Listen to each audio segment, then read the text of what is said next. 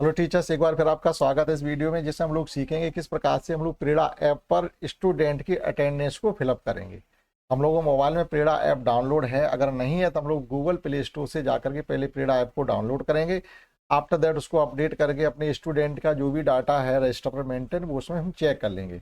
जब आप पहली बार आप उसको अगर ऐप को डाउनलोड करते हैं तो आपको सबसे पहले ऐप ये मांगता है कि हम क्लास 1 से लेके 5 या 1 से लेके 8, जैसे कंपोजिट स्कूल है, और अगर जूनियर है तो 6 से लेकर के 8, प्रत्येक क्लास में कितने कितने स्टूडेंट बॉयज गर्ल के रूप में हैं, वो आपको टोटल पहले उसमें फिलअप करने पड़ेंगे रजिस्टर को दे करके। जब आप फिलअप कर लेंगे, अपडेट कर लेंगे, आफ्टर दैट आप आगे बढ़ेंगे तो इस प्रकार से आपको प्रेरणा ऐप का डैशबोर्ड दिखाई देगा।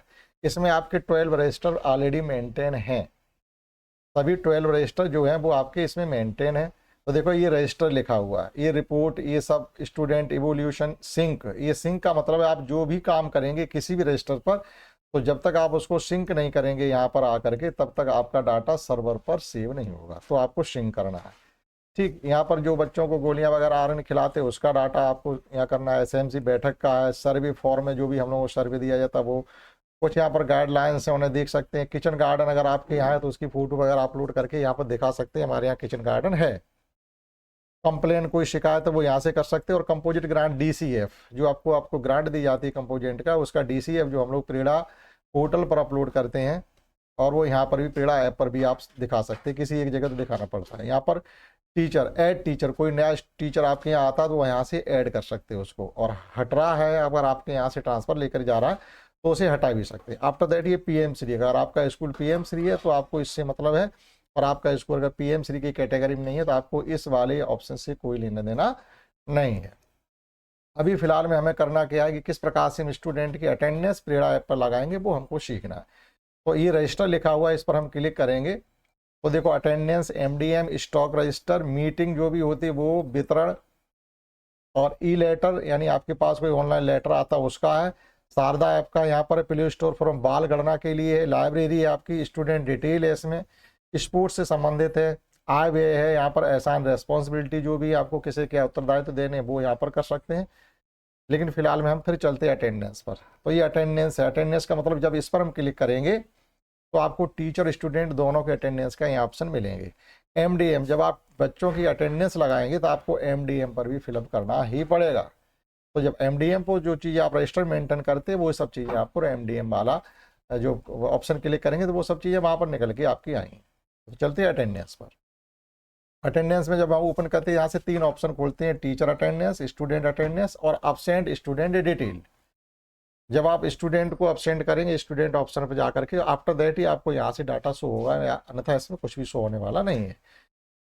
ठीक, तो स्टूडेंट अटेंडेंस हमको लगानी है पहले, तो स्टूडेंट अटेंडेंस पर हम क्लिक करते हैं और यहाँ से आपके सभी क्लास, जितने क्लास आपके स्कूल में हैं, 1 से 5 या 1 से 8 या 6 से 8, 3 कैटेगरी के स्कूल आपके चल रहे हैं परिषदीय विद्यालय जो है वो, यानी जूनियर, प्राइमरी और कंपोजिट। जूनियर है तो 6 से 8, प्राइमरी है तो 1 से 5, कंपोजिट है तो 1 से 8 रहेगा आपका। तो यहाँ पर देखिएगा हमारे जो क्लास में, जिस क्लास में जितने स्टूडेंट हैं वो सब क्लास वाइज ये दिख रहे हैं। 1 में 6 हैं, 2 में 21 है, 3 में 10 है, 4 में 12 है और 5 में 10 स्टूडेंट है। ये अपने रजिस्टर से एक बार आप जब आपने शुरू में ही फिलअप कर दिया है तो ये आपका मैच हो रहा होगा। यहाँ लिखा हुआ है आपको अपने स्कूल के बच्चे कम प्रदर्शित हो रहे हैं तो कृपया अपडेट कर लें। हो सकता है कम हो रहे तो यहाँ पर अपडेट पर क्लिक करेंगे और आपका डाटा अपडेट हो जाएगा। ठीक है, अब आपको यहाँ से क्या करना है, एक एक क्लास को आप चूज करेंगे। ये हमने 1 पर क्लिक किया, ये सभी स्टूडेंट हमारे जो भी 1 क्लास में है सब ओपन यहाँ पर हो जाएंगे। लास्ट में लिखा हुआ है विद्यार्थी उपस्थिति पंजिका एवं विद्यार्थी के साथ कक्षा का फोटो अपलोड करें। फोटो अपलोड करने के लिए कहा गया, लेकिन फिर नीचे नोट करके ये लिखा है कि कृपया बच्चों का या कक्षा का फोटो अपलोड ना करें, यानी हमें किसी प्रकार का कोई फोटो अपलोड नहीं करना है, केवल इनकी प्रेजेंट हमें देखनी है। तो सभी बच्चे हमारे प्रेजेंट हो रहे, हमें करना क्या है, केवल जो अब्सेंट है उसी को अब्सेंट कर दीजिएगा बस। प्रेजेंट ऑलरेडी सभी है, और सभी बच्चे अगर आपके इस क्लास में प्रेजेंट हैं तो आप केवल सेव पर क्लिक करेंगे, आपको यहाँ पर कुछ भी नहीं करना। जब जो भी स्टूडेंट हमारे इस क्लास में सभी अगर प्रेजेंट है तो सेव पर डायरेक्ट क्लिक करेंगे। और 1-2 बच्चा अगर आपका अब्सेंट है, जैसे आपने दिखा दिया यहाँ पर, ये अब्सेंट पे क्लिक कर दिया तो बच्चा हमारा अब्सेंट हो गया। और भी अब्सेंट है उसको आप अब्सेंट पे क्लिक कर देंगे, 2 बच्चे अब्सेंट हो गए, अब जाके आप इसको सेव कर देंगे डाटा। तो यहाँ से इस प्रकार से 1 का हो जाएगा। अब वापस आते हैं, इसी प्रकार से हम 2 पर चलेंगे।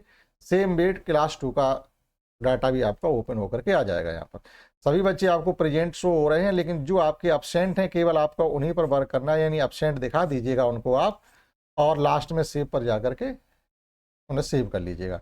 तो इस प्रकार से आप बारी बारी सभी स्टूडेंट का, सभी क्लास का हम प्रेजेंट लगा सकते हैं। 1 का हो गया, 2 का हो गया, इसी प्रकार से जब 1 2 हो जाएगा तो हम 3 पर आएंगे। यहाँ भी सभी बच्चे प्रेजेंट ऑलरेडी शो हो रहे हैं, आपको केवल एब्सेंट पे जाकर उन्हें एब्सेंट कर देना और एक बार लास्ट में सेव जरूर करना। जब इतना काम आप कर लेंगे सभी क्लास का बारी बारी करके, क्योंकि एक क्लास का अगर आपने सीख लिया तो सभी का उसी प्रकार से काम करना है। अब बैक आएंगे हम। अगर हमने इतना काम सभी क्लास का कर लिया है कि जो एब्सेंट स्टूडेंट थे वो हमने एब्सेंट करके वहां से सेव करते हुए बाहर आ जाइए आप। फिर यहाँ से बैक जाएंगे। आप बैक जाने के बाद एब्सेंट स्टूडेंट डिटेल को आप यहाँ से चेक कर सकते हैं। अगर आपने जो भी स्टूडेंट एब्सेंट की है वो सब आपके यहाँ पर शो होने लगेंगे। यहाँ पर ईयर सिलेक्ट कर लेंगे, ईयर ऑलरेडी आपकी 25 सिलेक्ट कर लेंगे। मंथ कौन सा चल रहा है, महीना भी आप यहाँ से सिलेक्ट कर लेंगे। तो आपने जो भी बच्चे अभी एब्सेंट दिखाए हैं वो आपके सब शो होने लगेंगे यहाँ पर। लेकिन अभी हमने कोई कार्य नहीं किया तो आपको यहाँ पर कुछ भी शो हो नहीं रहा है, ठीक है। यानी नीचे लिखा वो 3 या उससे अधिक दिन अनुपस्थित की दशा में दूरभाष द्वारा, यानी हम लोग अभिभावक से संपर्क करें। बच्चा आपका 3 से ज़्यादा दिन एब्सेंट हो रहा है तो एक बार उनके घर जा करके या फ़ोन से संपर्क करें आपका बच्चा विद्यालय क्यों नहीं आ रहा है। क्योंकि यहाँ क्या होगा कि जब हम ऐप पर शो करने लगेंगे और ज़्यादा दिन तक हमने लगातार किसी बच्चे को एब्सेंट दिखा दिया है तो फिर हो सकता है कि वो बच्चा ऑलरेडी वो ऊपर से उसका नाम काट दें या उसे ड्रॉप आउट कर दें, कुछ भी करें, तो ये फिर दिक्कतें आएंगी। इसलिए ज़्यादा दिन, 3 से ज़्यादा दिन आप किसी बच्चे को प्रेरणा ऐप पर एब्सेंट ना दिखाएं, ठीक है। फिर भी वो लगातार एब्सेंट हो रहा है तो गार्जियन से संपर्क करें, उसकी वजह भी आप फिर इसमें बताएं। ऐसा आपको इसमें करना पड़ेगा, ठीक। संचयी अनुपस्थिति देखिएगा यहाँ से, गत माह में 6 संचयी दिन से विगत तिमाही में 10 संचयी दिन और 6 माह में 15 संचयी दिन। ये सब चीज़ें जब आप काम करने लगेंगे तो आपकी सब समझ में आ जाएगा। गत माह में 6 संचयी दिन से अधिक अनुपस्थित दशा में माता पिता की काउंसलिंग व पुनरावृत्ति रेमेडियल कक्षा आयोजित की गई या नहीं की। देखो वही समस्या आ रही है, अगर बच्चा ज़्यादा दिन तक एब्सेंट रहता है तो माता पिता की काउंसलिंग करिए, अर्थात आप उनके घर जाके उनसे मीटिंग करिए या विद्यालय में बुलाइएगा। और जो बच्चा आना शुरू हुआ तो उसका आप रेमेडियल क्लास लगाइए, अर्थात जो कोर्स उसका छूट गया है वो आपको पूरा कराना पड़ेगा, ये ध्यान रखना पड़ेगा।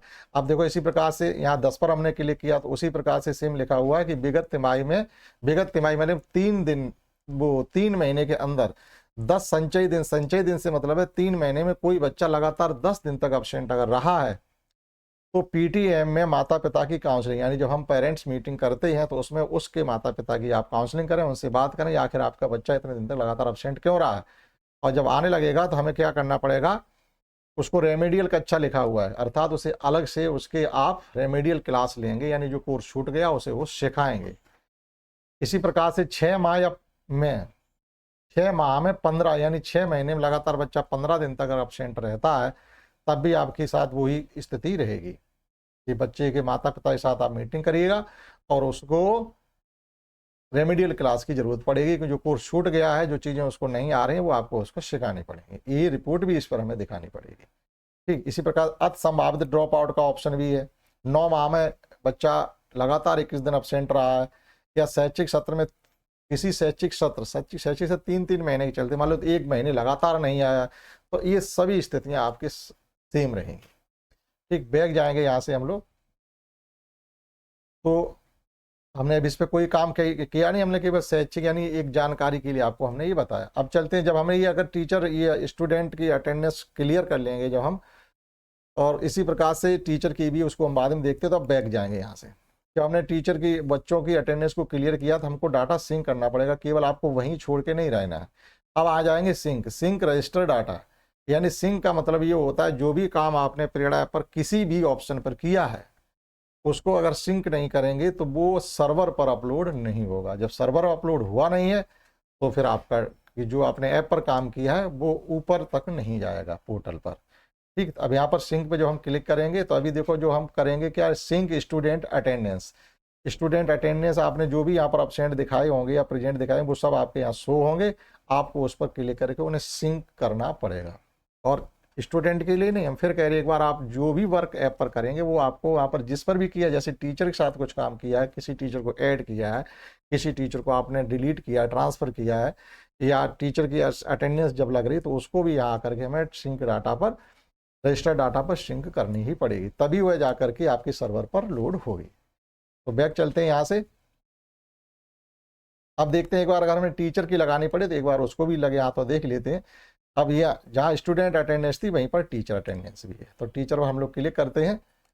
ठीक है, अब देखिएगा यहाँ पर क्या खुल के आ रहा, मैप खुल के आ रहा है।